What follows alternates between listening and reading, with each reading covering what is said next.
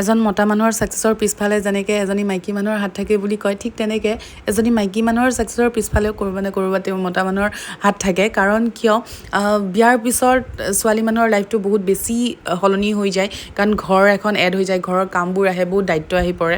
কিন্তু তাৰে মাজত মোৰ হাজবেণ্ডজন এনেকুৱা এটা মানুহ যোনে মোক মোৰ প্ৰফেশ্যনক লৈ মানে যিহেতু জানে যে কি মই বহুত বেছি চিৰিয়াছ, সেইকাৰণে তেওঁ মোক সদায় প্ৰফেশ্যনক লৈ আগুৱাই যাবলৈ ছাপোৰ্ট কৰিলে।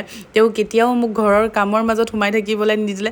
মই কেতিয়াবা লাগিলে কওঁ যে কি মই প্ৰফেশ্যন এৰিম আৰু নোৱাৰিছোঁ মিলাব, তেতিয়া তেওঁ মোক নাই বোলে নহয়, লাগিলে মই তোমাক হেল্প কৰিম, কি হেল্প লাগে কোৱা, কিন্তু তুমি তোমাৰ প্ৰফেশ্যন কেতিয়াও নেৰিবা। কাৰণ কিয় যিহেতু এই প্ৰফেশ্যনটোৰ কাৰণে মই বহুত বেছি কষ্ট কৰিছোঁ, তেওঁ সেই কথাটো বহুত ভালকৈ জানে আৰু সেয়ে মোক ডে 1 পৰা ছাপোৰ্ট কৰি আহিছে।